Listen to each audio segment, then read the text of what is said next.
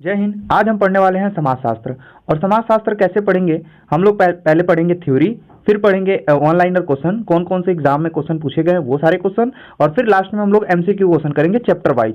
और ये जो समाजशास्त्र है आपके किस किस एग्जाम के लिए इंपॉर्टेंट है, तो टीआरई 4 का जो पीजीटी का एग्जाम होने वाला है उसके लिए इंपॉर्टेंट है। तो टीआरई 4 जो बीपीएससी टीआरई 4 का पीजीटी का एग्जाम देने वाले हैं उसके लिए इंपॉर्टेंट है। यूपी में भी पीजीटी का जो एग्जाम होगा जिसमें समाजशास्त्र पेपर से आपके जो क्वेश्चन पूछे जाएंगे उसके लिए भी इंपॉर्टेंट है। प्लस नेट जीआरएफ और सेट के लिए भी क्या है, इंपॉर्टेंट है। आप दे सकते हैं पीजीटी, कोई सा भी पीजीटी हो, किसी भी राज्य का पीजीटी का एग्जाम हो, अगर आप समाजशास्त्र से हैं तो आपके एग्जाम के लिए ये वीडियो बहुत ही ज्यादा हेल्पफुल है। हम लोग पढ़ने कैसे वाले हैं तो ध्यान दीजिएगा, हम लोग पढ़ेंगे चैप्टर वाइज। आप देखेंगे कुल इसमें 15 चैप्टर हैं। कितने हैं? 15 देखेंगे। अध्याय 1 में जिसमें हम पढ़ेंगे समाजशास्त्र का उदय, अर्थ, परिभाषा, विषय वस्तु, क्षेत्र, प्राकृतिक और विकास, ये सब पढ़ेंगे। और इतना पढ़ने के बाद, थ्योरी पढ़ने के बाद हम लोग करेंगे वन लाइनर क्वेश्चन जो हर एक एग्जाम में पूछे गए क्वेश्चन होंगे। फिर उसके बाद करेंगे हम एमसीक्यू क्वेश्चन एक चैप्टर से ही। तो एक वीडियो में आपका एक अध्याय पढ़ाया जाएगा। टोटल आपका पूरा 15 अध्याय है, तो 15 वीडियो में आपका कंप्लीट 16 अध्याय है। और 16 अध्याय जो है 16 वीडियो में आपका क्या हो जाएगा, कंप्लीट हो जाएगा। वीडियो थोड़ी लंबी लंबी होंगी पर आपको घबराना नहीं है। एक वीडियो में आपको बहुत अच्छे से एक अध्याय आपका कंप्लीट होगा जिसमें आपके जितने भी टॉपिक दिए होंगे सभी टॉपिक के बारे में पहले पढ़ेंगे। फिर उसके वन लाइनर क्वेश्चन करेंगे जो अलग अलग एग्जामों में क्वेश्चन पूछे गए होंगे।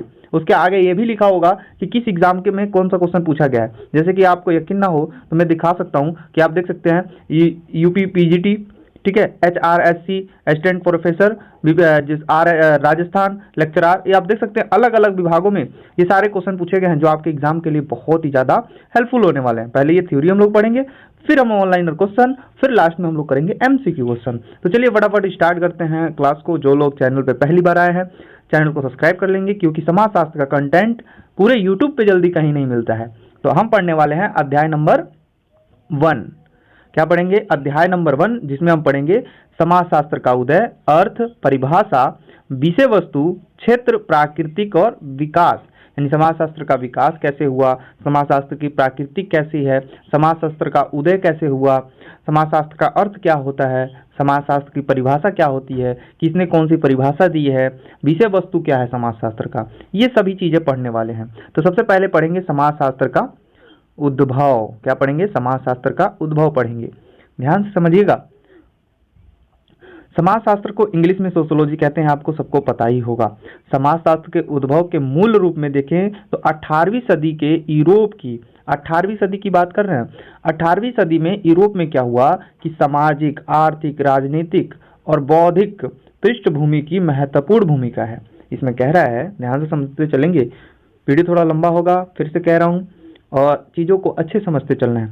कह रहा है कि समाजशास्त्र का जो उदय हुआ है, जो उद्भव हुआ है, ये सबसे बड़ी देन है 18वीं सदी की। 18वीं सदी में क्या हुआ कि यूरोप में राजनीतिक, सामाजिक, धार्मिक और बौद्धिक जो है पृष्ठभूमि का महत्वपूर्ण ये भूमिका निभाया है। किसका? समाजशास्त्र के उद्भव का। समाजशास्त्र के उद्भव में किसकी भूमिका है? तो यूरोप की है, आपको याद रखना है। कब? तो 18वीं सदी में। कब? 18वीं सदी में। अब कह रहा है एक पृथक विज्ञान के रूप में ये समाजशास्त्र जो है एक अलग विज्ञान के रूप में समाजशास्त्र का उदय जो है 19वीं शताब्दी में हुआ। यहाँ पे समझिएगा, पहली बात अगर कहेगा कि समाजशास्त्र का उद्भव कब हुआ तो 18वीं सदी में, और समाजशास्त्र का एक विज्ञान के रूप में, अलग एक विज्ञान के रूप में उद्भव कब हुआ तो 19वीं शताब्दी में। याद रहेगा, ऐसे एग्जाम में क्वेश्चन घुमा के पूछेगा, आपको बता देना है। तो बताइए समाजशास्त्र का उद्भव कब हुआ था? तो आपका हो गया 18वीं सदी में। और समाजशास्त्र का उद्भव एक विज्ञान के रूप में कब हुआ तो आपको क्या बताना है? तो आप कह दोगे सर ये तो जो है 19वीं शताब्दी में हुआ था। किस महाद्वीप से हुआ? तो एशिया, यूरोप महाद्वीप से। कौन से? यूरोप महाद्वीप में राजनीतिक, धार्मिक और बौद्धिक पृष्ठभूमि के जो है वजह से यहाँ पर क्या हुआ, ये समाजशास्त्र का उद्भव हुआ था। अब चीजों को समझते हैं, यहाँ पे ध्यान देंगे। कह रहा है कि यूरोप उस समय फ्रांसीसी और औद्योगिक क्रांति के कारण, यूरोप उस समय फ्रांसीसी और औद्योगिक क्रांतियों के कारण परिवर्तनों के दौरान से गुजर रहा था।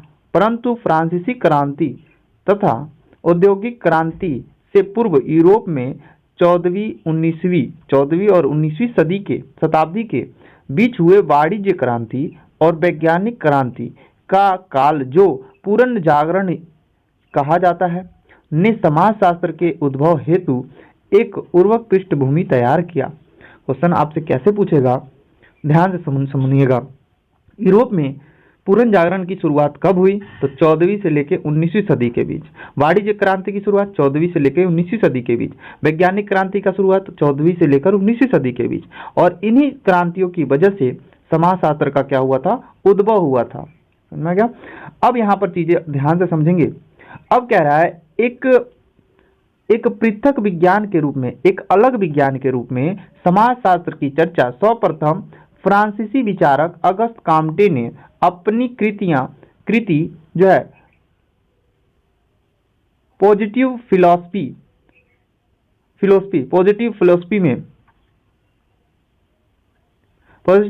में 1838 में किया था।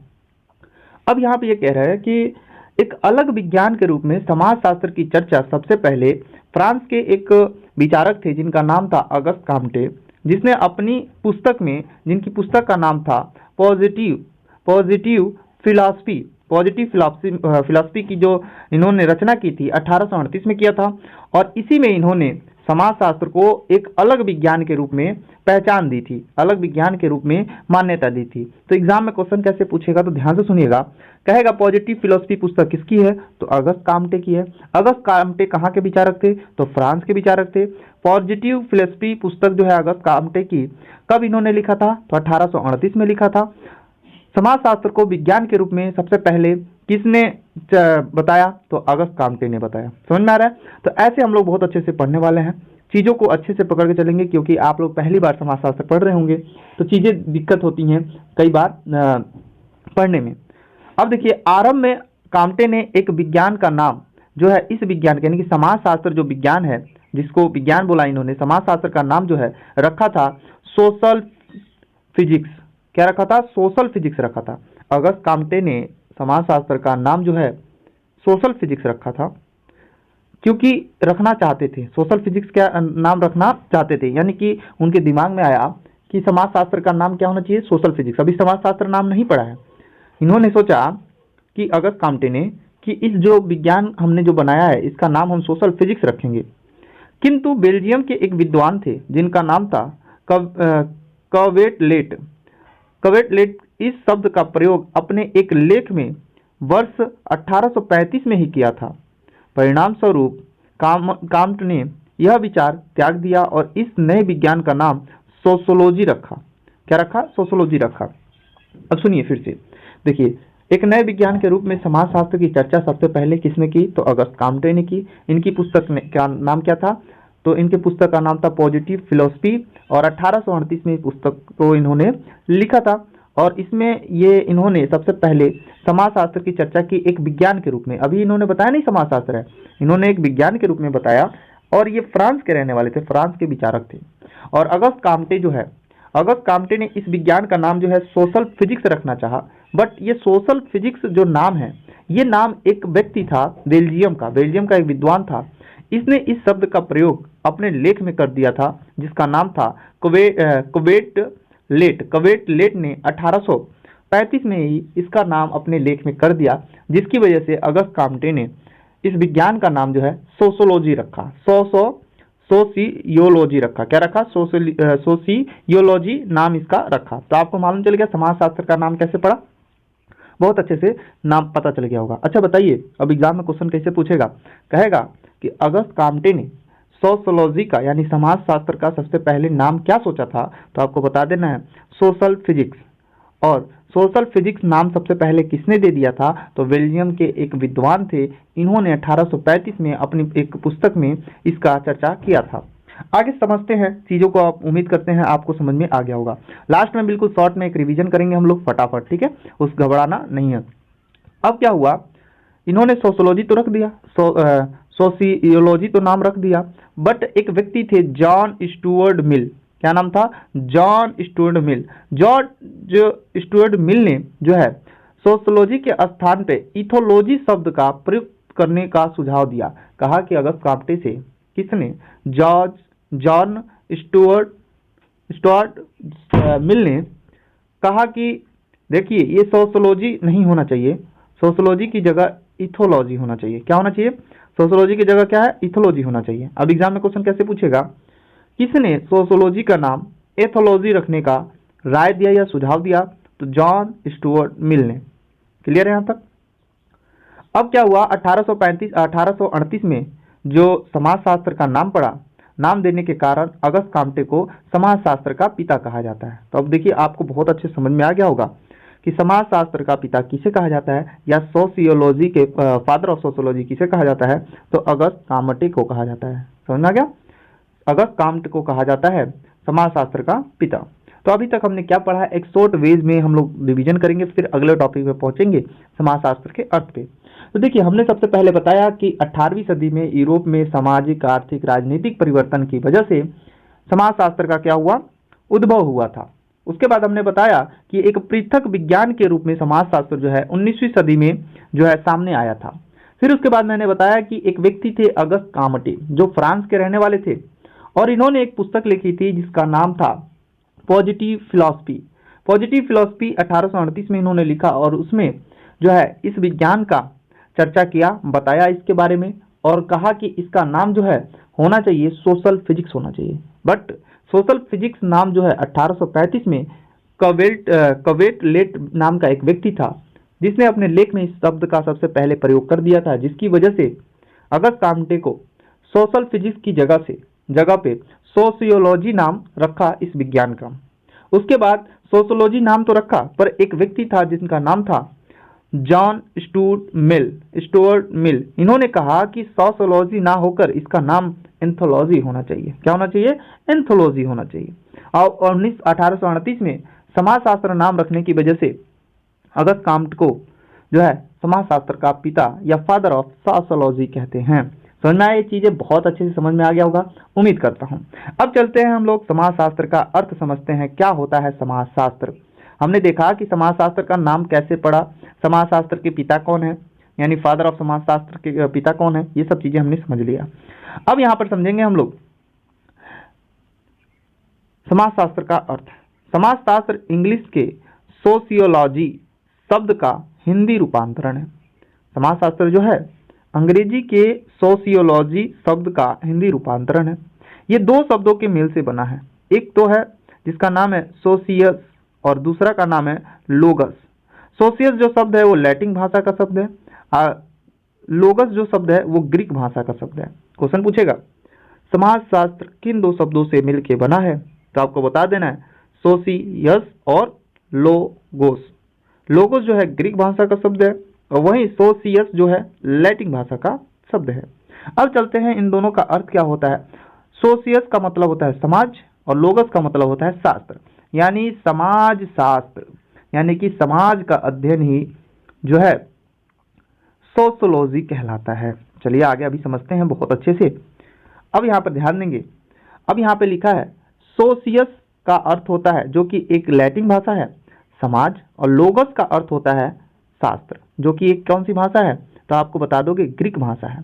इस प्रकार सोशियोलॉजी का शाब्दिक अर्थ समाज शास्त्र या समाज का विज्ञान है।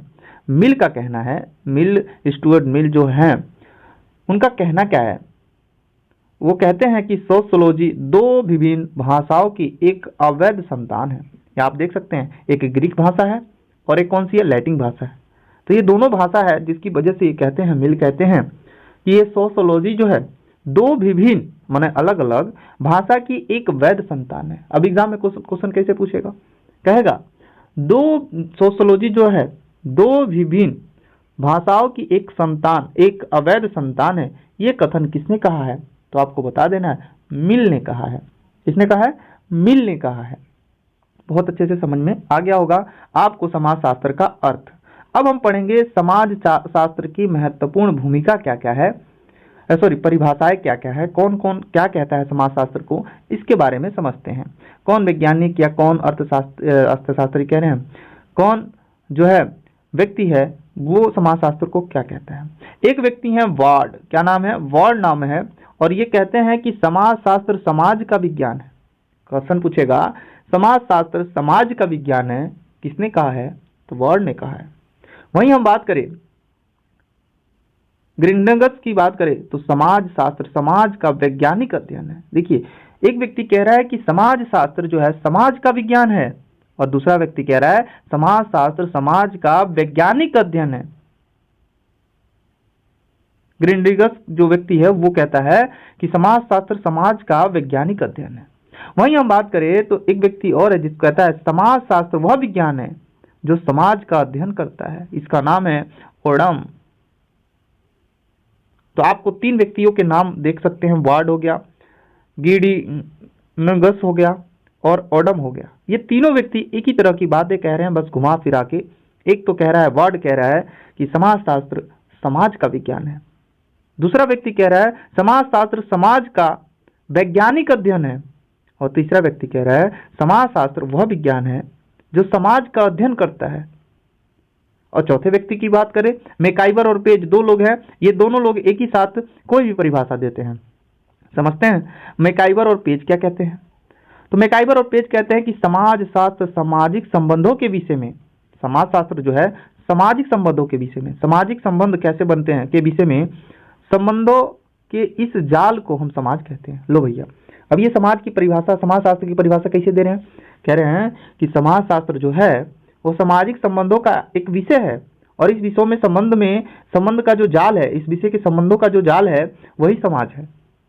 मैकाइवर और पेज कहते हैं। और इनकी जो कथन है बहुत कई बार पूछा गया है, वार्ड का भी तो कथन पूछा जाता है कि समाज शास्त्र जो है सामाजिक अध्ययन है, ये किसने कहा था? तो वार्ड ने कहा था। एग्जाम में क्वेश्चन पूछा जाता है, वही पूछ लेता है कि समाज शास्त्र सामाजिक का अध्ययन है, समाज का अध्ययन है, किसने कहा है? तो ओडम ने कहा है। अभी हमने पीछे पढ़ा भी बहुत अच्छे से।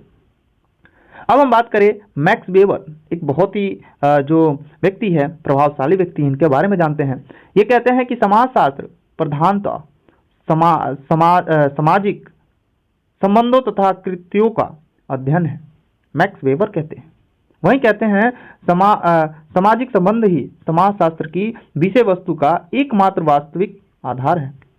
वो कौन है? वानविज कहते हैं। वानविज कहते हैं कि समाज शास्त्र जो है वो सामाजिक संबंधों के समाज शास्त्र की विषय वस्तु का एकमात्र वास्तविक आधार है। जो सामाजिक संबंध है वो समाज शास्त्र की विषय वस्तु का वास्तविक आधार एकमात्र है। कौन कहता है? तो वानविज कहते हैं। ये देखिए, ये जितनी भी परिभाषाएं अलग अलग लोग दे रहे हैं ये याद कर लेंगे आप लोग, और एग्जाम में यहीं से क्वेश्चन पूछेगा। क्वेश्चन आपसे पूछ लेगा कि समाज शास्त्र समाज का वैज्ञानिक अध्ययन है, किसने कहा? ग्रिंडगस, जो कि भी मैंने पीछे बताया भी आपको। आगे बढ़ते हैं। नेक्स्ट यहां पर है समाज शास्त्र मानव संबंधों का विज्ञान है। देखें आप, समाज शास्त्र जो है मानव संबंधों का विज्ञान है। अब कौन कह रहा है? आर्नोल्ड एम रोज कह रहे हैं।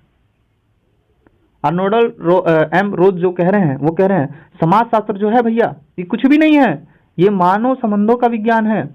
कुछ लोग तो कह रहे थे, अभी पीछे हमने देखा कि समाज शास्त्र सामाजिक विज्ञान है, समाज शास्त्र वैज्ञानिक अध्ययन है, समाज शास्त्र समाज का अध्ययन है। आपने पीछे भी पढ़ा बहुत अच्छे से। आर्नोल्ड एम रोज कहते हैं कि समाज शास्त्र मानव संबंधों का विज्ञान है। देखिए, ये चीजों को याद करना पड़ेगा आपको। जॉनसन क्या कहते हैं? Johnson baby powder. जॉनसन क्या कहते हैं कि समाज सामाजिक समूहों का विज्ञान है। समाज जो है सामाजिक समूहों का विज्ञान है। अभी यही बात खत्म नहीं होती है, आगे भी कहते हैं कि सामाजिक समूह सामाजिक अंतःक्रियाओं की ही एक व्यवस्था है। इनका कहना है समाज जो है सामाजिक समूहों का विज्ञान है, बट सामाजिक समूह सामाजिक अंतःक्रियाओं की ही एक व्यवस्था है, जॉनसन कहते हैं। आगे बात करें, समाज शास्त्र मानवीय अंतः संबंधों के स्वरूप का विज्ञान है। समाज शास्त्र जो है मानवीय अंतः संबंधों के स्वरूप का विज्ञान है। ये कौन कहता है? जॉर्ज सीमेल कहते हैं। जॉर्ज सीमेल कहते हैं कि समाज शास्त्र मानवीय अंतः संबंधों के स्वरूपों का विज्ञान है। जॉर्ज सीमेल कहते हैं। मुझे 100% विश्वास है कि आप लोग इतनी दूर में ही क्या कहते हैं बोर हो गए होंगे, क्योंकि रियल बताया जाए तो समाज शास्त्र जो है इसमें परिभाषाएं अलग अलग लोग इतनी परिभाषाएं दे रखे हैं जिसकी वजह से आपको बहुत सारी दिक्कतों का सामना करना पड़ता है। बट आपको बार बार देखना होगा, याद ना कीजिए, बार बार देखते रहिए, कीवर्ड को पकड़िए। जैसे कि यहाँ पर कीवर्ड क्या है, समाजशास्त्र मानवीय अंतर संबंधों, यानी कहेगा मानवीय अंतर संबंधों की बात केवल करेगा तो जॉर्ज सीमेल, क्या बता देंगे, जॉर्ज सीमेल बता देंगे। अगर वहीं ध्यान सुनिएगा, यहाँ पर देखिए, यहाँ पर कह रहा है मानवीय अंतर संबंधों तो जॉन सीमेल, अगर वही कहेगा मानवीय अंतर क्रिया और अंतर संबंधों, दो ठो बोलेगा, मानवीय अंतर क्रिया और अंतर संबंधों बोलेगा तो आपको बता देना है ग्रीन्सबर्ग। तो कह रहा है समाजशास्त्र मानवीय अंतर क्रियाओं और अंतर संबंध उनकी दशाओं और परिणामों का अध्ययन है। वो कौन कहता है, ग्रीन्सबर्ग कहता है। वही बात करें समाजशास्त्र सामाजिक सांस्कृतिक प्रघटनाओं के सामान्य स्वरूप प्रकारों और उनके अंतर संबंधों का समान विज्ञान है। वो कौन कहता है, सोरोकिन कहता है।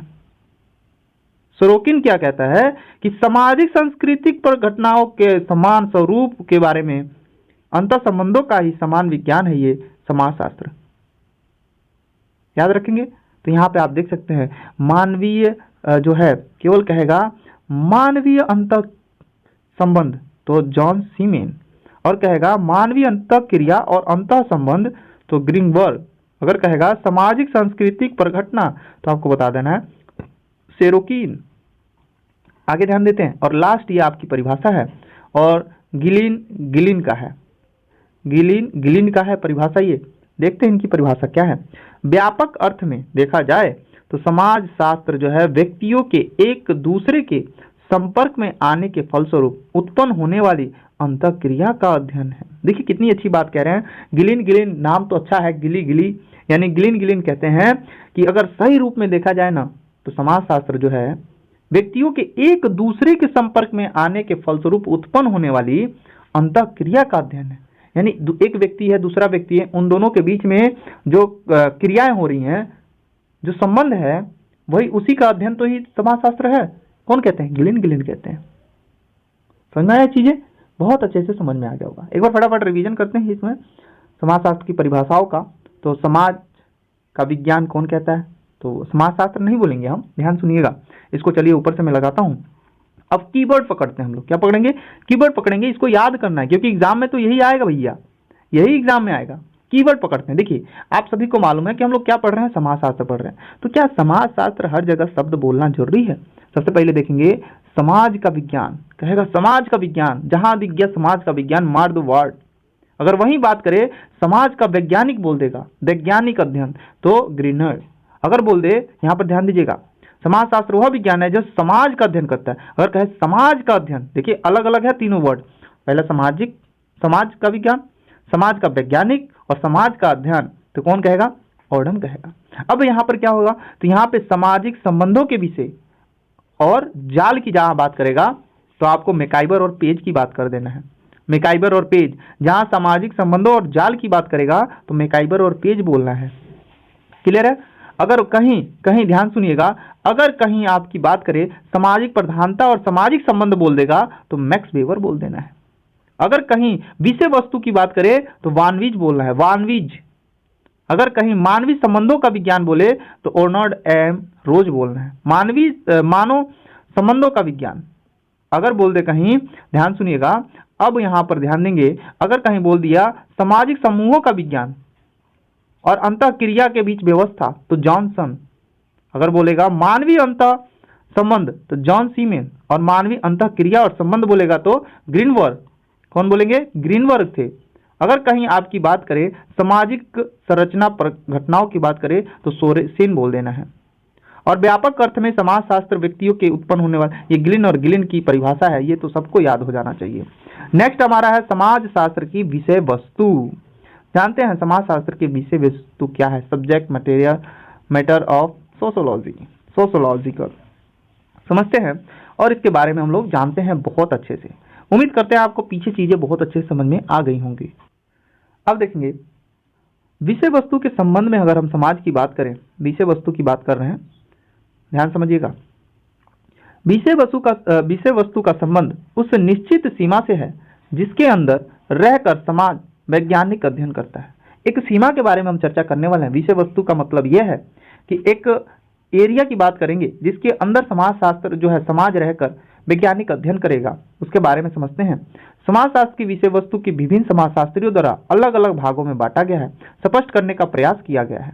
यानी समाजशास्त्र की जो विषय वस्तु यानी समाजशास्त्र के अध्ययन के लिए कैसे कैसे तथ्य चाहिए, क्या चाहिए, उसके अध्ययन के लिए विभिन्न समाजशास्त्रियों ने जो है अलग अलग भागों में बांटा है।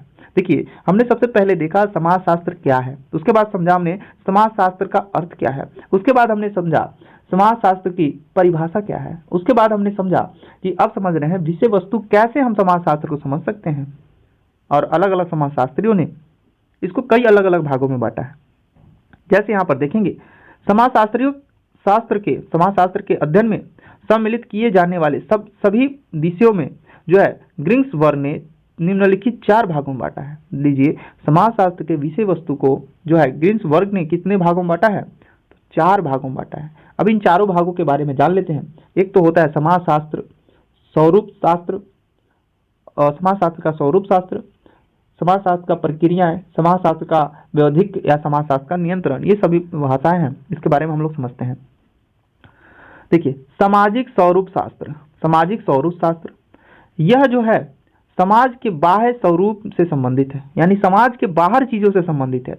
इसके अंतर्गत हम लोग क्या करते हैं?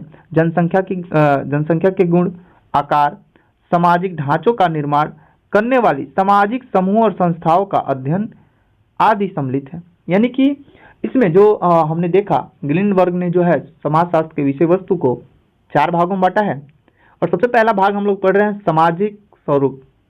अब सामाजिक स्वरूप में हम लोग क्या करते हैं कि समाज के बाह्य स्वरूप का अध्ययन करते हैं, जिसके अंतर्गत हम देखेंगे जनसंख्या के गुण, आकार और सामाजिक ढांचे और सामाजिक समूहों की संस्थाओं का अध्ययन किया जाता है। इसमें आगे समझते हैं सामाजिक नियंत्रण।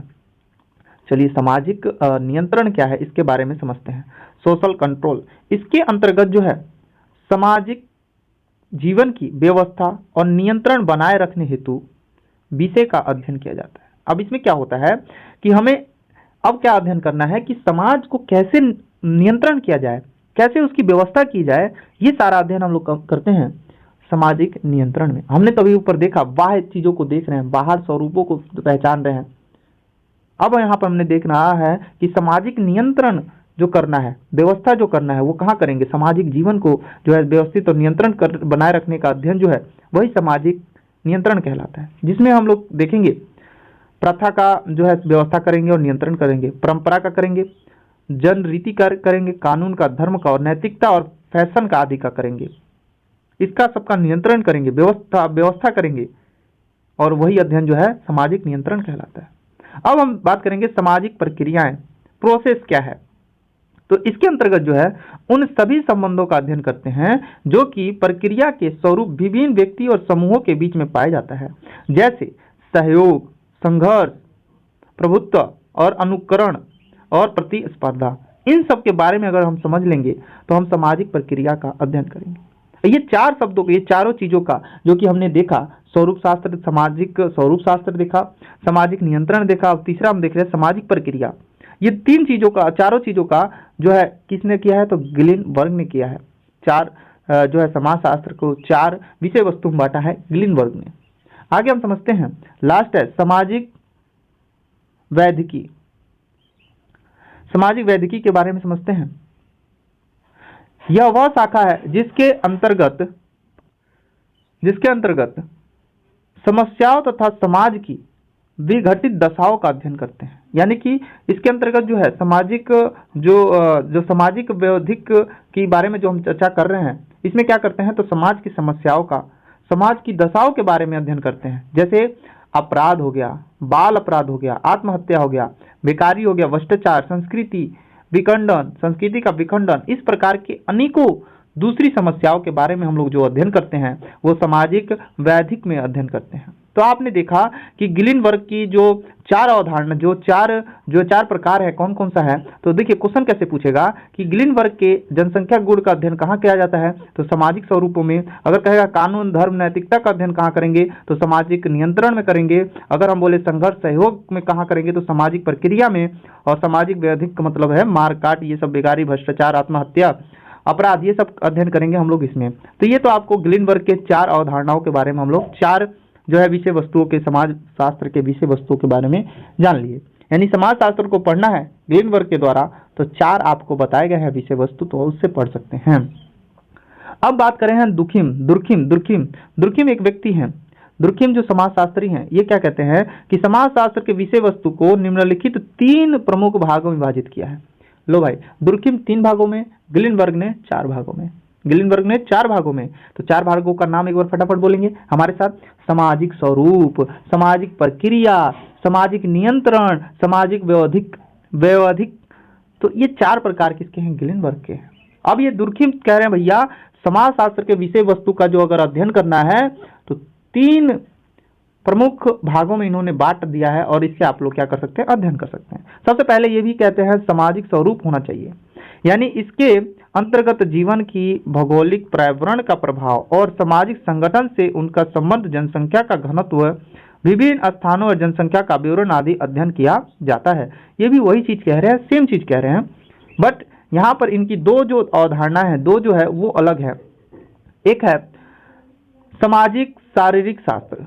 इस शाखा के अंतर्गत उन विषयों तथा समस्याओं का अध्ययन किया जाता है जो समान रूपीय शरीर का निर्माण करने और उससे संबंधों की समझने के लिए आवश्यक है, जैसे कानून, धर्म, भाषा, परिवार और जीवन। देखिए अब यहाँ पर जो हमारा दुर्खिम है, दुर्खिम जो है 3 प्रकार से बता रहे हैं। एक आपने देख लिया सामाजिक स्वरूप, दूसरा देख रहे हैं हम सामाजिक शरीर शास्त्र। अब यहाँ पे जो हमारा सामाजिक शरीर शास्त्र है ये बिल्कुल सेम टू सेम जो है सामाजिक नियंत्रण की तरह दिख रहा है किसके? ग्रीनबर्ग के, क्योंकि वहां पे भी कानून धर्म के बारे में बात कर रहा था। अब लास्ट हमारा तीसरा है समान सामाजिक समाजशास्त्र, समान समाजशास्त्र। तो यह जो है समाजशास्त्र के विषय वस्तु को स्पष्ट करने वाली एक महत्वपूर्ण शाखा है। क्वेश्चन पूछेगा समाजशास्त्र के विषय वस्तु को स्पष्ट करने वाली एक महत्वपूर्ण शाखा कौन सी है? तो सामान्य समाजशास्त्र है। इस कार्य सामाजिक तथ्यों के समान रूप से ज्ञात करना तथा उन समान नियमों की खोज करना है जो अन्य सामाजिक विज्ञानों के लिए महत्वपूर्ण है। अन्य सामाजिक विज्ञानों के लिए क्या है? महत्वपूर्ण है। ठीक है, तो हमने देख लिया दुर्खिम ने 3 प्रकार बता दिए सामाजिक विषय वस्तु के। समाजशास्त्र के विषय वस्तु के कितने प्रकार बताए? तो 3 प्रकार बताए। वही हमने देखा ग्रीनबर्ग ने 4 प्रकार बताए। अब एक और व्यक्ति हैं, ये भी समाजशास्त्र के विषय वस्तु को 2 प्रकार से बांटते हैं, जिनका नाम है मैनहीम जो एक व्यक्ति हैं, इस समाजशास्त्र के विषय वस्तु को 2 भागों में बांटते हैं। अब इनके बारे में पढ़ते हैं, उसके बाद समाजशास्त्र का विषय वस्तु जो आपका चैप्टर है ये कंप्लीट होगा, फिर हम अगले चैप्टर पे भी चलेंगे। अब देखेंगे ये कहते हैं व्यवस्थित और सामान्य समाजशास्त्र। ठीक है, इनकी 2 विषय वस्तु हैं। एक है व्यवस्थित और सामान्य समाजशास्त्र। यह व्यक्तियों द्वारा समाज में मिलजुल कर रहने से संबंधित कारणों का अध्ययन करता है। यानी जो ये व्यक्तियों द्वारा जो है समाज में मिलजुल के रहने से संबंधित कारणों का अध्ययन करता है। यही कारण चाहे किसी भी प्रकार के समाज से संबंधित हो, कारक जो है चाहे किसी भी प्रकार के समाज से संबंधित हो, ये उसका अध्ययन करता है। उसके बाद है ऐतिहासिक समाजशास्त्र। यह 2 भागों में विभाजित है। एक जो है तुल्यात्मक समाजशास्त्र और दूसरा जो है सामाजिक गत्यात्मक समाजशास्त्र। तो द्वितीय जो है समाजशास्त्र गत्यात्मकता, ये जो है 2 प्रकार के ऐतिहासिक जो समाजशास्त्र है इसको 2 भागों में बांटते हैं। क्या नाम था? एक बार फटाफट आप लोग बताएंगे कमेंट करके। वो उनका नाम था मैनहीम। क्या नाम था? मैनहीम। जो समाजशास्त्र के विषय वस्तु को 2 भागों में बांटते हैं, एक है व्यवस्थित सामान्य समाजशास्त्र और एक है ऐतिहासिक समाजशास्त्र। अब ऐतिहासिक समाजशास्त्र को 2 भागों में विभाजित किया, तुल्यात्मक समाजशास्त्र यानी कि तुलना करना है, और दूसरा जो है सामाजिक गत्यात्मकता जो है, ये इसके 2 ऐतिहासिक समाजशास्त्र हैं। अब यहाँ पर समझेंगे तुल्यात्मक समाजशास्त्र ऐतिहासिक आधार पर सामाजिक तथ्यों की विवेचना और उसकी तुलना करते हैं। उसके नाम से ही मालूम चल रहा है, तुलना करेंगे, विवेचना करेंगे तो तुलनात्मक समाजशास्त्र हुआ। जबकि सामाजिक गत्यात्मकता का वह शाखा है जो एक समाज में पाए जाने वाले विभिन्न कारकों और संस्थाओं की पारस्परिक संबंधों की विवेचना करता है। अब हम बात करेंगे नेक्स्ट समाजशास्त्र का क्षेत्र। समझते हैं समाजशास्त्र का क्षेत्र है कितने प्रकार के। देखिए, क्षेत्र का अर्थ उन संभावित सीमाओं से है जहां तक किसी विषय का अध्ययन किया जाता है। मुख्यतः समाजशास्त्र के विषय क्षेत्र का संबंध विद्वानों के विचारों में दो भागों में बांटा गया है। तो क्वेश्चन पूछेगा समाजशास्त्र का क्षेत्र कितने भागों में बांटा गया है? तो दो भागों में बांटा गया है। अलग अलग विद्वान हैं और दोनों भागों के बारे में समझते हैं कि कौन से विद्वान क्या कहते हैं। पहला है रूपात्मक संप्रदाय, फॉर्मल स्कूल। इसको इंग्लिश में क्या कहते हैं? Formal school. संप्रदाय का मतलब होता है स्कूल। तो स्वरूपतात्मक संप्रदाय जिसको बोलते हैं फॉर्मल स्कूल, इसके बारे में समझते हैं। इस संप्रदाय के प्रवर्तक जो है जर्मन समाजशास्त्री जो है जॉर्ज सीमेन ने किया था। इस स्वरूपतात्मक संप्रदाय का जो है फॉर्मल स्कूल का जो है प्रवर्तक जो है वह है जर्मनी के जॉन सीमेन। क्वेश्चन पूछेगा जॉन सीमेन कहाँ के हैं? तो जर्मनी के हैं। कहाँ के हैं? जर्मनी के। अच्छा ये बताइए, ये जॉन सीमेन जो है समाजशास्त्र की क्या क्या परिभाषा देते हैं? अभी हमने पीछे पढ़ा है। तो आपको मैं बता दूं कि समाजशास्त्र मानवीय अंतः संबंधों के स्वरूपों का विज्ञान है। कौन कहते हैं? तो जॉन सीमेन कहते हैं। समझ में आया? इसके प्रमुख जो है समर्थकों में जो है वीर कांत है, वानवीज है, मैक्स वेबर है और टार्नीज है। तो ये आप देख सकते हैं इनके प्रमुख समर्थक हैं किसके? तो फॉर्मल स्कूल। अब क्वेश्चन कैसे पूछेगा, ध्यान सुनिएगा। कहेगा निम्नलिखित में से कौन समाजशास्त्री जो है स्वरूपात्मक संप्रदाय से संबंधित है या फॉर्मल स्कूल से संबंधित है? तो आपको नाम याद रखना है, जॉर्ज सीमेन, वीर कांत। देखेंगे वॉ से पूरा स्टार्ट है। किससे स्टार्ट है? वॉ से। वानवीज, मैक्स वेबर, टार्नीज। ये लास्ट एक व्यक्ति है टार्नीज। और एग्जाम में जब क्वेश्चन पूछता है तो ऑप्शन में टार्नीज ही देता है। इस संप्रदाय के लोग जो है समाजशास्त्र के एक विशिष्ट विज्ञान मानते हैं। क्वेश्चन बहुत इंपॉर्टेंट है कि क्वेश्चन पूछेगा कि समाजशास्त्र को विशिष्ट विज्ञान कौन मानता है? कौन मानता है विशिष्ट विज्ञान? तो फॉर्मल स्कूल वाले समाजशास्त्र को विशिष्ट विज्ञान मानते हैं। इन विद्वानों की मान्यता है कि अन्य समाज विज्ञानों जैसे अर्थशास्त्र, राजनीतिक शास्त्र और मनोविज्ञान आदि की तरह समाजशास्त्र भी एक स्वतंत्र और विशेष विज्ञान है। जो फॉर्मल स्कूल वाले हैं, जॉन सीमेल हो गया, वीर कांत हो गया, वानवीज हो गया, मैक्स वेबर और टार्नीज, ये सब लोग ये मानते हैं कि जो फॉर्मल स्कूल है ये एक विशिष्ट विज्ञान है और ये भी अर्थशास्त्र, समाजशास्त्र, अर्थशास्त्र, राजनीतिक शास्त्र, मनोविज्ञान की तरह भी एक ये स्वतंत्र विज्ञान है समाजशास्त्र। आगे समझेंगे, आगे यहाँ पे ध्यान देंगे। कह रहा है कि समाजशास्त्र के अंतर्गत सभी प्रकार की सामाजिक संबंधों का अध्ययन, सभी प्रकार के सामाजिक संबंधों का अध्ययन ना करके संबंधों के विशिष्ट स्वरूपों का अध्ययन किया जाता है, क्योंकि भाई विशिष्ट विज्ञान है इनके हिसाब से। तो ये कह रहे हैं कि समाजशास्त्र में जो है केवल हम समाज के सामाजिक संबंधों का ही अध्ययन नहीं करते हैं, सामाजिक संबंधों के विशिष्ट स्वरूपों का भी अध्ययन करते हैं। और इसमें कौन है? जॉर्ज सेन है, वानवीज है, ये नाम याद रखेंगे। टार्नीज हो गया, वानवीज हो गया, ये सारे नाम याद रखेंगे। एग्जाम में क्वेश्चन बहुत पूछता है। वीर कांत हो गया, ये क्या है? इसके समर्थक है विशिष्ट विज्ञान के। इनको विशिष्ट विज्ञान कहते हैं, विशिष्ट विज्ञान है। एक और व्यक्ति हैं मैक्स वेबर हो गए। अब हम बात करते हैं समन्वयात्मक संप्रदाय, और इस संप्रदाय के प्रमुख समर्थक है सोरोकिन, दुर्खीम, हाउस और ग्रीन्सबर्ग। आप देखेंगे जितने भी बड़े समाजशास्त्री हैं वो सब हैं समन्वयात्मक संप्रदाय के साथ। और इसमें सोरेकिन है, दुर्खीम है, हाउस है और ग्रीन्सबर्ग है। इन संप्रदाय के लोग समाजशास्त्र को एक सामान्य विज्ञान मानते हैं, ये विशिष्ट विज्ञान नहीं मानते। फॉर्मल स्कूल वाले तो विशिष्ट विज्ञान मान रहे हैं और ये क्या कह रहे हैं? ये सामान्य विज्ञान है। एग्जाम में क्वेश्चन पूछता है निम्नलिखित में से कौन समाजशास्त्री जो है समाजशास्त्र को विशिष्ट विज्ञान मानते हैं? ऐसे एग्जाम में क्वेश्चन पूछता है कौन सामान्य विज्ञान मानते हैं? तो ये याद रखेंगे आप लोग। सामान्य विज्ञान का तात्पर्य यह है कि यह समाज की कुल विशेष दशाओं का ही अध्ययन नहीं करता, बल्कि इनका कार्य संपूर्ण समाज की सभी समान विशेषताओं का अध्ययन है। ये कह रहा है कि ये कुल विशेष दशाओं का अध्ययन नहीं कर रहा है, ये समाज के संपूर्ण समाज के सभी समान विशेषताओं का अध्ययन कर रहा है। कौन? सामान्य विज्ञान, समाजशास्त्र, इनका मानना है।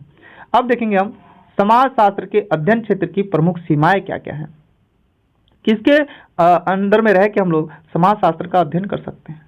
चलो समझते हैं, चलिए समझते हैं और जानते हैं। समाजशास्त्र मानव समाज की आधारभूत विशेषताओं का अध्ययन करता है, ना कि पशु समाज की आधारभूत विशेषताओं का। समाजशास्त्र जो है मानव समाज के बारे में अध्ययन करता है, पशु के समाज के बारे में अध्ययन नहीं करता है। समझ में आया? तो इसकी सीमा है कि ये मानव समाज का अध्ययन करेगा, पशु समाज का अध्ययन नहीं करेगा। उसके बाद कह रहा है समाजशास्त्र किसी विशेष समाज के विशिष्ट दशाओं का अध्ययन ना करके समाज के व्यापक समान विशेषताओं एवं समान नियमों का अध्ययन करता है। ये कह रहा है कि समाजशास्त्र केवल एक विशिष्ट समाज के बारे में अध्ययन नहीं करता है, ये सभी समाज का अध्ययन करता है। कैसा भी समाज हो, चाहे वो समान हो, चाहे वो उच्च समाज हो, कैसा भी समाज हो, उन सबका अध्ययन करता है। देख रहे इसकी सीमाएं क्या क्या है प्रमुख। पहली बात कह रहा है कि समाजशास्त्र जो है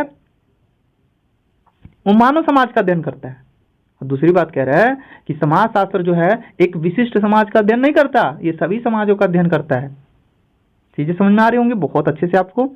चलिए आगे बढ़ते हैं और देखते हैं। ये कह रहा है, लास्ट लाइन इसमें शायद है, समाजशास्त्र व्यक्ति के सामाजिक व्यवहारों का अध्ययन करता है, सभी प्रकार के व्यवहारों का नहीं।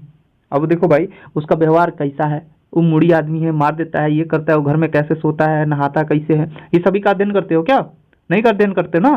तो समाज जो है, समाजशास्त्र जो है व्यक्ति के सामाजिक व्यवहारों का अध्ययन करता है, वो समाज में कैसा व्यवहार कर रहा है उसका अध्ययन करता है, ना कि वो घर के अंदर एक रूम के अंदर बंद होकर क्या व्यवहार कर रहा है, वो अध्ययन नहीं करता है। तो समाजशास्त्र जो है सामाजिक व्यवहारों का अध्ययन करता है, सभी प्रकार के व्यवहारों का अध्ययन नहीं करता है। समझ में आया? तो 3-4 लाइनें थी, 3 लाइनें हैं, ध्यान से सुनेंगे। एक तो कह रहा है कि मानव समाज का अध्ययन करता है, पशु का नहीं, और समाज जो है, समाजशास्त्र जो है विशिष्ट समाज का अध्ययन ना करके सभी समाजों का अध्ययन करता है। समाज जो है, समाजशास्त्र जो है मानव के विशेष समाज का अध्ययन करता है, सामाजिक अध्ययनों का अध्ययन करता है, ना कि उनके सभी समाज के अध्ययनों को। समाजशास्त्र यथार्थी तथ्यों का अध्ययन किया जाता है और इसका अपना पृथक दृष्टिकोण है। समाजशास्त्र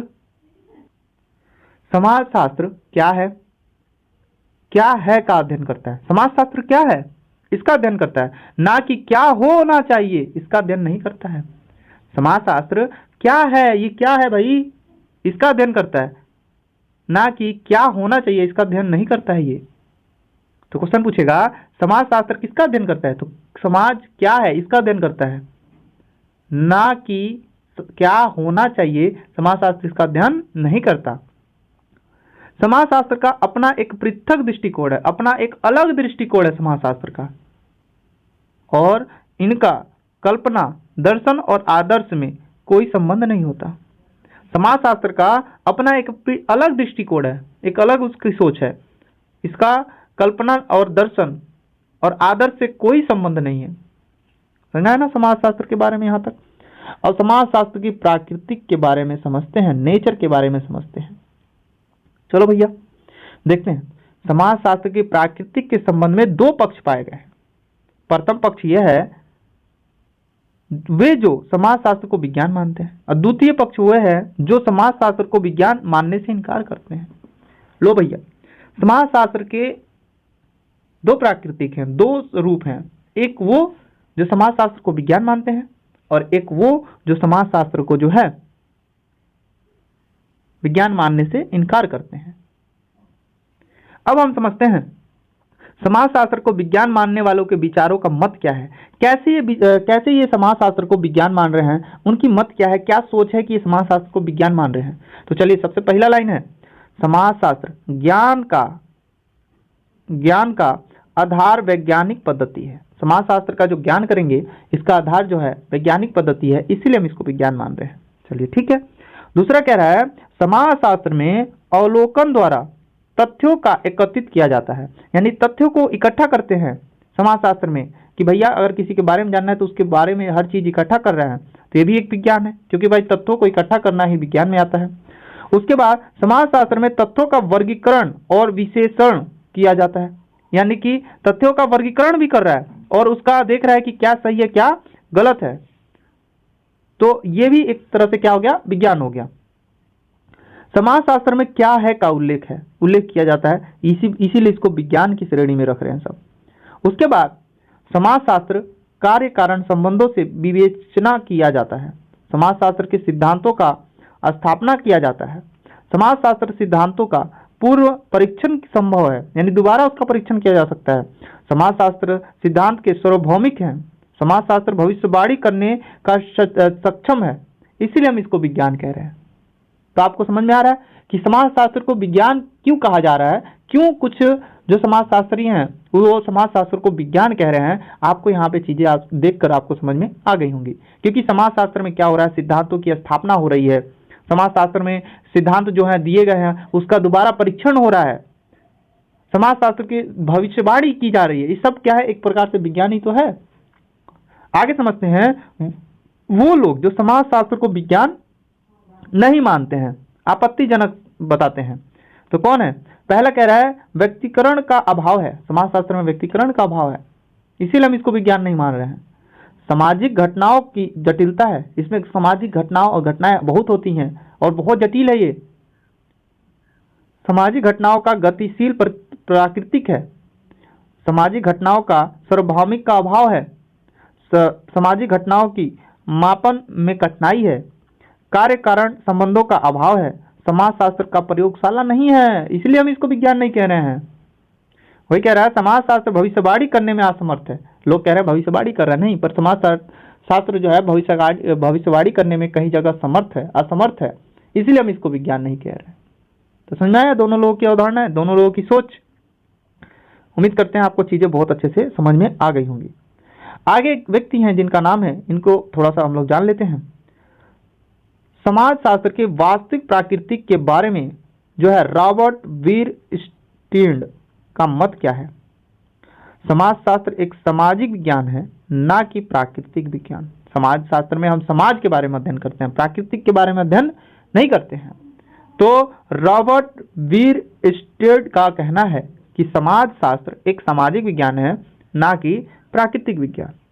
वही कह रहे हैं समाजशास्त्र एक विशुद्ध विज्ञान है, ना कि व्यवहारिक विज्ञान। समाजशास्त्र एक निरपेक्ष और वास्तविक विज्ञान है, ना कि आदर्शात्मक विज्ञान है। यहां से चीजें आपको क्लियर हो रही होंगी। आगे ध्यान देंगे, आगे क्या कह रहा है, यहां पे ध्यान देंगे। आगे कह रहा है कि समाजशास्त्र एक अमूर्त विज्ञान है, ना कि मूर्त विज्ञान। मूर्त का मतलब होता है जिस चीजों को हम छू सकते हैं, अमूर्त का मतलब है जिन चीजों को हम ना देख सकते हैं ना छू सकते हैं। तो इसीलिए कह रहा है कि समाजशास्त्र जो है अमूर्त विज्ञान है, मूर्त विज्ञान नहीं है। वही कह रहा है समाजशास्त्र एक सामान्यकरण विज्ञान है, ना कि विशेषकरण विज्ञान। सामान्यकरण है, विशेषीकरण नहीं है ये। वही कह रहा है समाजशास्त्र एक तार्किक और साथ ही अनुभवात्मक विज्ञान है, यानी तर्क पर हम लोग सोचते हैं कि अगर ये इसका ऐसे हो गया तो ऐसे हो जाएगा। समाजशास्त्र में हम तर्क पे सोचते हैं, अनुभव करते हैं।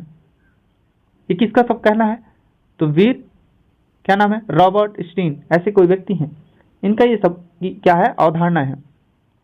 समाजशास्त्र एक समान विज्ञान है, ना कि विशेष विज्ञान। समाजशास्त्र एक क्या है, जो है समान विज्ञान है, ना कि विशेष विज्ञान है। ये सब बातें कह रहे हैं रॉबर्ट वीरस्टीन जो है ये सब बातें कह रहे हैं। चलिए, एक व्यक्ति हैं जिनका नाम है पॉल एच लैंडिस। इनका कथन है, इनका कहना है, पॉल एच लैंडिस का कहना है कि विज्ञान विज्ञान ही है, विज्ञान विज्ञान ही है। विज्ञान जो है विज्ञान ही होता है, चाहे वो भौतिक विज्ञान हो, चाहे वो समाजशास्त्र विज्ञान हो, चाहे वो भौतिक शास्त्र हो, चाहे वो समाज शास्त्र हो, विज्ञान तो विज्ञान ही है भाई। एक शब्दों में इन्होंने क्लियर कर दिया कि विज्ञान विज्ञान ही होता है, चाहे भौतिक शास्त्र हो चाहे समाज शास्त्र हो। क्वेश्चन पूछेगा कि विज्ञान विज्ञान ही होता है, चाहे वो भौतिक शास्त्र हो चाहे समाज शास्त्र हो, किसने कहा है तो पॉल एच लेंडिस ने कहा है। याद रखेंगे, बहुत इंपॉर्टेंट पॉइंट था, एग्जाम के लिए बहुत ही ज्यादा हेल्पफुल होगा। चलिए आगे समझते हैं, समाजशास्त्र का विकास कैसे हुआ, कैसे समाजशास्त्र का धीरे धीरे पूरे विश्व में धीरे धीरे समाजशास्त्र फैला। चलिए समझते हैं चीजों को अच्छे से। साधारणतः यह माना जाता है कि समाजशास्त्र के विकास की प्रारंभिक अवस्था जो है यूरोप से शुरू हुई थी। हमने तो बताया ही 18वीं सदी में यूरोप में जो क्रांति हुई, जो परिवर्तन हुए, उसी की वजह से समाजशास्त्र का उदय हुआ था। वही क्या है, पश्चिमी समाज में समाज संबंधित अध्ययनों का प्रारंभ यूनानी विचारकों ने किया था। वहीं प्लेटो ने अपनी पुस्तक रिपब्लिका, क्वेश्चन पूछेगा, रिपब्लिक पुस्तक किसकी है? द रिपब्लिक, इंग्लिश में बोलते हैं द रिपब्लिक, किसकी पुस्तक है? तो प्लेटो की है। तथा अरस्तु की पुस्तक है ethics and politics. Ethics and politics पुस्तक किसकी है? तो अरस्तु की है। एथिक्स एंड पॉलिटिक्स पुस्तक किसकी है? अरस्तु की है। और रिपब्लिका पुस्तक किसकी है? तो प्लेटो की है। देखिए हमने अभी पीछे पढ़ा, तो एक क्वेश्चन हम आपसे पूछना चाहते हैं कि बताइए पॉजिटिव फिलोसफी पुस्तक किसकी थी? पॉजिटिव फिलोसफी पुस्तक किसकी थी और इसकी स्थापना किसने की और कब किया था? माने किसकी थी पुस्तक? आप बताएंगे फटाफट कमेंट करके। आप सभी लोग कमेंट करके बताएंगे कि अगर आपने पीछे पढ़ा, अगर नोट्स बनाया आपने, तो ये चीज आपको बहुत आसानी से अभी आप कमेंट करके बता देंगे। चलिए आगे बढ़ते हैं। तो अरस्तु ने एथिक्स एंड पॉलिटिक्स में समाज जीवन से संबंधित विभिन्न समस्या और घटनाओं का व्यवस्थित विवरण प्रस्तुत किया। यानी कि समाज के जीवन के बारे में और उनकी घटनाओं के बारे में प्रस्तुत किया था प्लेटो ने अपनी रिपब्लिका पुस्तक में, और अरस्तु ने एथिक्स एंड पॉलिटिक्स नामक पुस्तक में जो है सबसे पहले इन लोगों ने इन घटनाओं के बारे में बताया, पर इन लोगों को नहीं मालूम था कि ये समाजशास्त्र का ही भाग है। प्लेटो और अरस्तु के बाद सामाजिक जीवन का अध्ययन एवं समाजशास्त्र के विकास में जो है सीसरो और लुकेशियस और सेंट आगस्टाइन और मार्कस आरेलियस आदि विचारकों का विशेष योगदान रहा।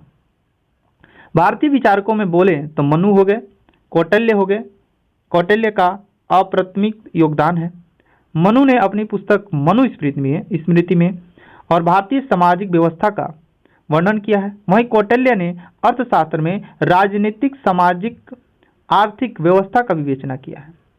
तो आपने देखा कि यूरोप में सबसे पहले इस चीज की शुरुआत होती है। दो व्यक्ति रहते हैं, एक का नाम है प्लेटो, एक का नाम है अरस्तु। प्लेटो की पुस्तक है द रिपब्लिक, और वहीं अरस्तु की पुस्तक की बात करें तो आपने देखा एथिक्स एंड, एक पुस्तक और थी इनकी, एथिक्स एंड, इनकी पुस्तक पूरी थी एथिक्स एंड पॉलिटिक्स, और इस पुस्तक में इन्होंने इन सब चीजों के बारे में बताया। और भारतीय विचारक में हमने देखा मनु और कौटिल्य। मनु की पुस्तक का नाम मनुस्मृति और कौटिल्य की पुस्तक का नाम अर्थशास्त्र है। अब देखें, समाजशास्त्र का विकास द्वितीय अवस्था 6वीं शताब्दी से लेकर 14वीं शताब्दी के काल में माना जाता है। क्वेश्चन पूछेगा समाजशास्त्र के विकास की द्वितीय अवस्था कब माना जाता है? तो 6वीं शताब्दी से लेकर 14वीं शताब्दी तक के काल को जो है समाजशास्त्र के विषय वस्तु के बारे में या विकास के बारे में हम लोग जानते हैं। इस काल में सामाजिक घटनाओं के अध्ययन में तर्क का महत्व बढ़ गया था। यानी तर्क की बातें लोग करने लगे। क्यों, कैसे, ये सब की बातें करने लगे लोग। थॉमस एक्विनास और दांते जैसे विद्वानों ने मानव का एक सामाजिक प्राणी माना था। क्वेश्चन पूछेगा मानव को एक सामाजिक प्राणी किसने माना था? तो दांते ने माना था, और साथ में थॉमस एक्विनास ने माना था। तो क्वेश्चन एग्जाम में पूछ सकता है, ये नोट लगा के रख लेंगे आप लोग कि मानव को एक सामाजिक प्राणी किसने माना? तो आपको बता देना है दांते और थॉमस एक्विनास ने जो है मानव को सामाजिक प्राणी माना था। समाज की व्यवस्था ढंग से संचालित करने के लिए सरकार की आवश्यकताओं पर जोर दिया। सरकार की आवश्यकताओं पे जोर दिया। इस काल में विचारकों के चिंतन में वैज्ञानिकता का प्रभाव दिखाई देने लगा। और तृतीय अवस्था में देखें तो तृतीय अवस्था जो है 15वीं शताब्दी में माना जाता है, और इस काल में जो है सामाजिक घटनाओं का अध्ययन वैज्ञानिक विधि से होने लगा। पहले तो भाई आपने शुरू में देखा कि मुनि थे, जिनकी मनुस्मृति पुस्तक थी, अर्थशास्त्र पुस्तक जो कि कौटिल्य की थी, तो पहला चरण था वो। ये दूसरा में देखा कि अब धीरे धीरे अब विज्ञान की तरफ शिफ्ट हो रहे थे, वैज्ञानिक सोच ला रहे थे। और तीसरी अवस्था में अब 15वीं शताब्दी चल रही है और इसमें क्या हो रहा है कि इसमें सामाजिक घटनाएं जो हो रही हैं उसका अध्ययन करने के लिए अब वैज्ञानिक विधि यूज करना शुरू कर दिया हम लोगों ने, जिसमें हबर्स, लॉक और रूसो द्वारा सामाजिक समझौतों का सिद्धांत प्रतिपादित किया गया। क्वेश्चन पूछेगा, सामाजिक संबंधों का सिद्धांत किसने प्रतिपादित किया? तो हबर्स, लॉक और रूसो ने। ये याद रखेंगे तीनों, ये सामाजिक संबंधों का सिद्धांत इन्होंने प्रतिपादित किया था। वहीं हम बात करें इनकी पुस्तक जो है यूटोपिया में, अपनी पुस्तक यूटोपिया में जो है में सर थॉमस मूर ने सामाजिक समस्याओं का निवारण करने का बताया, यानी सामाजिक समस्याओं का निवारण कैसे करना है इसमें, उसके बारे में सर थॉमस मूर ने एक पुस्तक लिखी, जिस पुस्तक का नाम था यूटोपिया। क्वेश्चन पूछेगा, यूटोपिया पुस्तक किसकी है? तो सर थॉमस मूर की है। सर थॉमस मूर की एक पुस्तक है यूटोपिया। और वही पूछ ले, सामाजिक संबंधों का सिद्धांत किसने दिया? तो हबर्स, लॉक और रूसो ने दिया था। क्लियर है? यहां तक चीजें बहुत अच्छे समझ में आ रही होंगी। आगे समझते हैं, आगे ध्यान देंगे आप लोग। आगे यहां पर है कि मॉन्टेस्क्यू ने अपनी पुस्तक द रिलीट ऑफ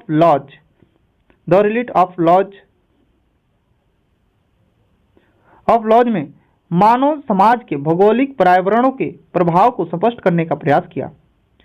मानव समाज के भौगोलिक पर्यावरण के प्रभाव को स्पष्ट करने का प्रयास किसने किया? तो मॉन्टेस्क्यू ने किया था। और किस पुस्तक में? द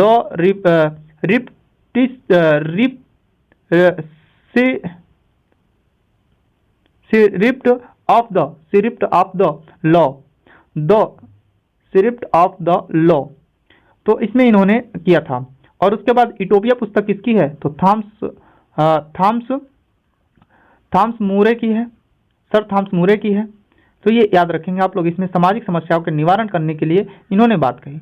जबकि दी न्यू साइंस की बात करें, जबकि द न्यू साइंस में बीको नामक विद्वान ने सामाजिक शक्तियों के उद्देश्यपूर्ण व्यवस्था प्रस्तुत किया था। क्वेश्चन पूछेगा, द न्यू साइंस पुस्तक किसकी है? तो बीको की है। बीको की है और इसमें इन्होंने सामाजिक शक्तियों के उद्देश्यपूर्वक व्यवस्था प्रस्तुत किया था। वही बात करें माल्थस ने जनसंख्या सिद्धांत और जानिधिक्य से संबंधित समस्याओं पर प्रकाश डाला। यानी थॉमस ने क्या किया भैया, माल्थस ने क्या किया? जनसंख्या सिद्धांत पर प्रकाश डाला था। और वही बात करें एडम स्मिथ की, एडम स्मिथ ने आर्थिक मनुष्यों का विचार किया। आर्थिक मनुष्य का विचार एडम स्मिथ ने किया था। माल्थस ने जो है जनसंख्या सिद्धांत की बात की। और वही बात करें द न्यू साइंस पुस्तक जो है बीको ने लिखा था और इसमें सामाजिक शक्तियों का उद्देश्य बताया गया कि सामाजिक शक्तियां जो है उनका उद्देश्य क्या है।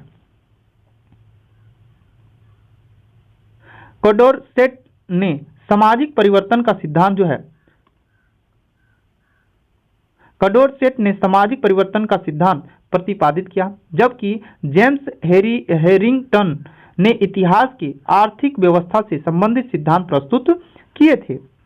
आगे बात करेंगे, चौथी अवस्था आई और ये चौथी अवस्था में का प्रारंभ जो है अगस्त काम्टे के समय में माना जाता है। यही समाजशास्त्र के वैज्ञानिक विकास की वास्तविकता अवस्था है। और काम्टे के गुरु जो थे सेंट साइमन थे। क्वेश्चन पूछेगा, अगस्त काम्टे के जो गुरु थे उनका नाम क्या था?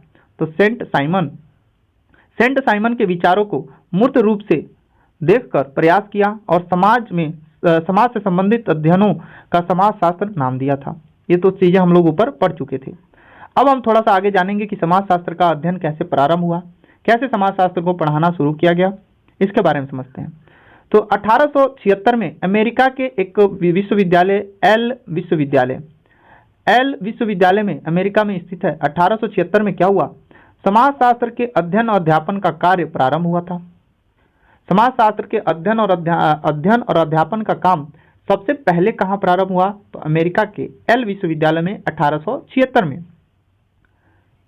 और समाजशास्त्र के विकास में जो है ग्रीडिनल्स, समर और वार्ड्स, पार्क्स और बर्गर्स, सोरेकिन, जिन्समैन, मैकाइबर, आर्गवेन, पार्सन, वाटन, यंग कोजर, रास आदि विद्वानों ने विशेष योगदान दिया था।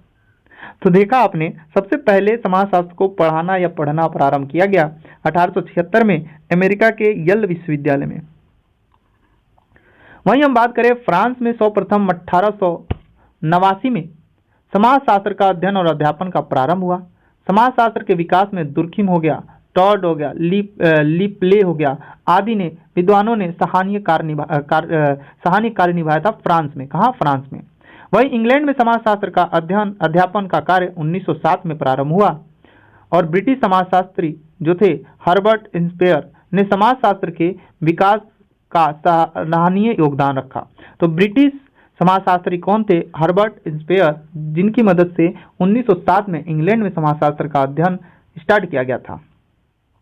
जर्मनी में 19वीं शताब्दी के अंत में 20वीं शताब्दी के प्रारंभ वर्ष में समाजशास्त्र का विकास जो है टानवीज, वानवीज, मैक्स वेबर, कार्ल मार्क्स और वीरकांत और सीमेन आदि विचारकों का सराहनीय योगदान रहा। इस प्रकार मिस्र में 1924 में आपने देखा, जर्मनी के 19वीं शताब्दी और 20वीं शताब्दी के मध्य, और जर्मनी के ही है, टानवीज हो गया, वानवीज हो गए, मैक्स वेबर हो गए, सब जर्मनी के ही है।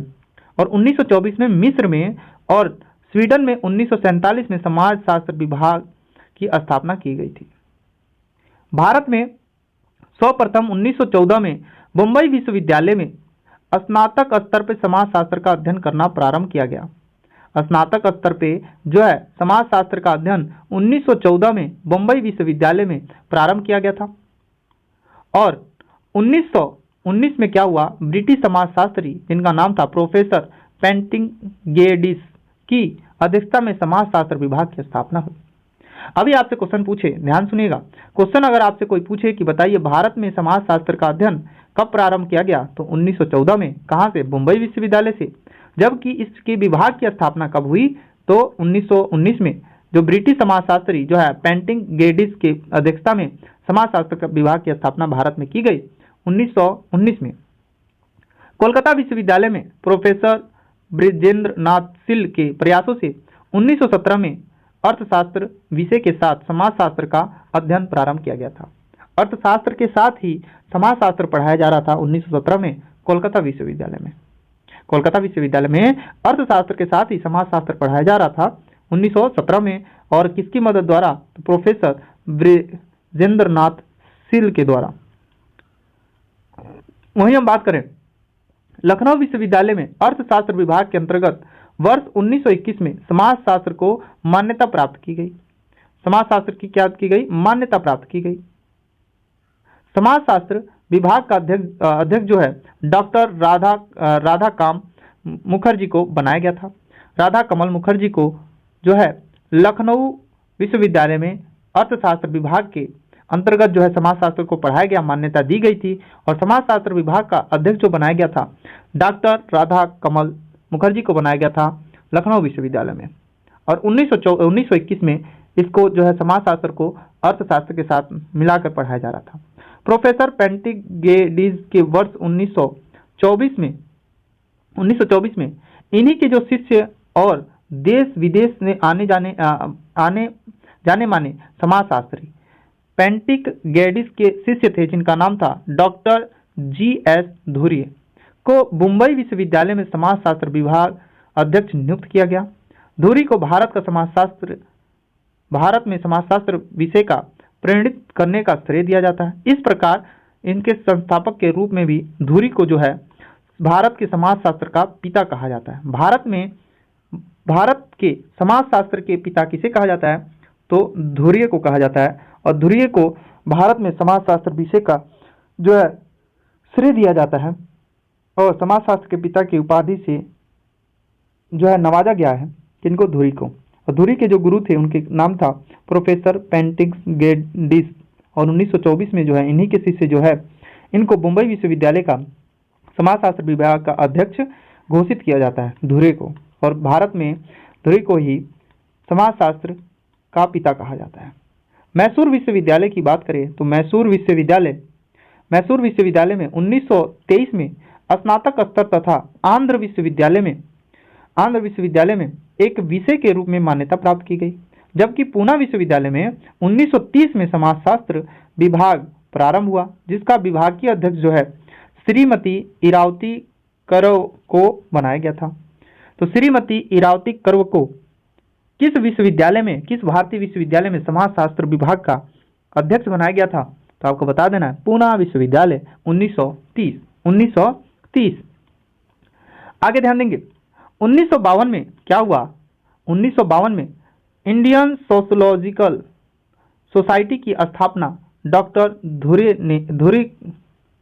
धुरे के प्रयासों से संभव हुआ, जिसे हम सोशियोलॉजिकल बुलेटिन प्रकाशित किया गया था। जिसमें सोशियोलॉजिकल बुलेटिन प्रकाशित किया गया था। देखिए समझिए यहाँ पर 1952 में क्या किया डॉक्टर धुरे, जिनको भारत में समाजशास्त्र का जनक कहा जाता है, डॉक्टर धुरे ने एक संस्था का निर्माण किया जिसका नाम था इंडियन सोशियोलॉजिकल सोसाइटी। और इंडियन सोशियोलॉजिकल सोसाइटी में ही इन्होंने एक पत्रिका की शुरुआत की जिसका नाम था सोशियोलॉजिकल बुलेटिन पत्रिका का शुरुआत किया था डॉक्टर धुरे ने। और इसके प्रथम संपादक जो थे डॉक्टर धुरे थे। और 19वीं शताब्दी से लेकर 20वीं शताब्दी के प्रारंभ तक आधुनिक समाजशास्त्र के विकास में Auguste Comte, Herbert Spencer, Durkheim और मैक्स वेबर की महत्वपूर्ण भूमिका रही। आधुनिक समाजशास्त्र के विकास में जो है सबसे ज़्यादा भूमिका अगस्त काम्टे, जो कि समाजशास्त्र के जनक भी माने जाते हैं, Herbert Spencer, Durkheim, Max Weber का महत्वपूर्ण योगदान रहा। समझ में आया चीज़ यहाँ तक? अब यहाँ पर समझेंगे प्रमुख पुस्तक और उनके लेखकों के बारे में, फिर ये चैप्टर आपका कंप्लीट हो जाएगा। और इस चैप्टर का एमसीक्यू और ऑनलाइनर क्वेश्चन मैं अगली वीडियो में आपका एक्सप्लेन कर दूंगा। क्लियर है यहाँ तक? तो चलिए स्टार्ट करते हैं। और इन पुस्तकों के बारे में जो एग्जाम में बहुत ही ज़्यादा पूछा जाता है, डॉक्टर कपाड़िया की पुस्तक है, 2 पुस्तक है, ध्यान देंगे। Marriage and family in India, शादी family in India, marriage and family in India पुस्तक किसकी है? तो डॉक्टर कपाड़िया की है। हिंदू क्रिश्चियनशिप जो पुस्तक है डॉक्टर कपाड़िया का ही है। Doctor A.S. देसाई की पुस्तक कौन सी है? तो rural sociological in India, sociological in India, rural India in transition जो है किसकी पुस्तक है? Doctor A.S. देसाई का है, रूरल इंडिया इन ट्रांजिशन। ठीक है। डॉक्टर मजुमदार की बात करें तो race and culture of India पुस्तक है इनकी। The introduce to sociology anthropology पुस्तक किसकी है? डॉक्टर मजुमदार की है। ए ट्राइब ऑफ ट्रांजिशन किसकी पुस्तक है? डॉक्टर मजुमदार की है। Caste and communication in India village किसकी पुस्तक है? डॉक्टर मजुमदार की। रूरल प्रोफाइल किसके? डॉक्टर मजुमदार की। 5 किताबें जो हैं एग्जाम में पूछने के बहुत ज़्यादा चांसेस होते हैं, इसको 2-3 बार आप लोग रिवीजन कर लेंगे। डॉक्टर धुरे की पुस्तक कौन कौन सी है? डॉक्टर धुरे की पुस्तक कास्ट, क्लास एंड ओपोजिशन और कल्चर एंड सोसाइटी और सिटीजन ऑफ सिविलाइजेशन, ये किसकी पुस्तक है? डॉक्टर धुरे की पुस्तक है। ये तीनों याद रखेंगे, कास्ट हो गया, कल्चर हो गया, सिटीजन हो गया, ये सब पुस्तक किसकी है? डॉक्टर धुरे की है। अगर हम डॉक्टर N.S. श्रीनिवास की बात करें तो आप देखेंगे religion of society and society among the Coorgs of South India, ये किसकी पुस्तक है? डॉक्टर श्रीनिवास की है। Marriage and life Mysore, marriage and family in Mysore पुस्तक किसकी है? तो डॉक्टर श्रीनिवास की है। जबकि आपने ऊपर देखा marriage and family in India पुस्तक किसकी थी? आपने अभी ऊपर देखा कपाड़िया की पुस्तक थी। Caste in modern India and other essays किसकी पुस्तक है? डॉक्टर श्रीनिवास की। Social changing in modern India doctor Srinivas की ही पुस्तक है।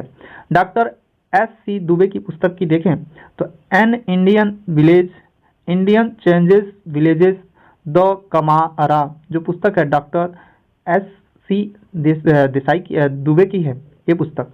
Doctor D.P. मुखर्जी की बात करें तो basic concept in sociology, modern India culture, drive city और personality and the social science, ये चारों पुस्तक है डॉक्टर DP मुखर्जी का। फिर बोल दे रहे हैं basic concept in sociology, modern India culture, diversity और पर्सनालिटी एंड द सोशोलॉजिकल। ये अलग अलग पुस्तक 5 जो है किसकी है, डॉक्टर P मुखर्जी की पुस्तक है।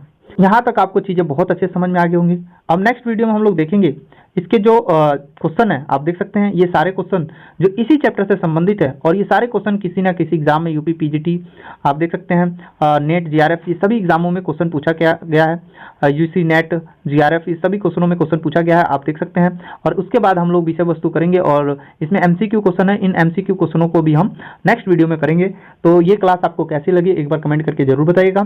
थ्योरी हमने एक वीडियो में कंप्लीट कर लिया, नेक्स्ट वीडियो में हम लोग इसके जो MCQ क्वेश्चन है और प्लस इसके जो ऑनलाइनर क्वेश्चन है जो हर एक एग्जाम में पूछे गए हैं उसको कंप्लीट कराएंगे। तो आज के लिए बस इतना है, धन्यवाद, मिलते हैं नेक्स्ट वीडियो में। और आप लोग ये क्लास, ये वाली वीडियो जरूर देखिएगा क्वेश्चन वाले, फिर उसके बाद नेक्स्ट दूसरे चैप्टर की बात करेंगे हम लोग। धन्यवाद, आज के लिए बस।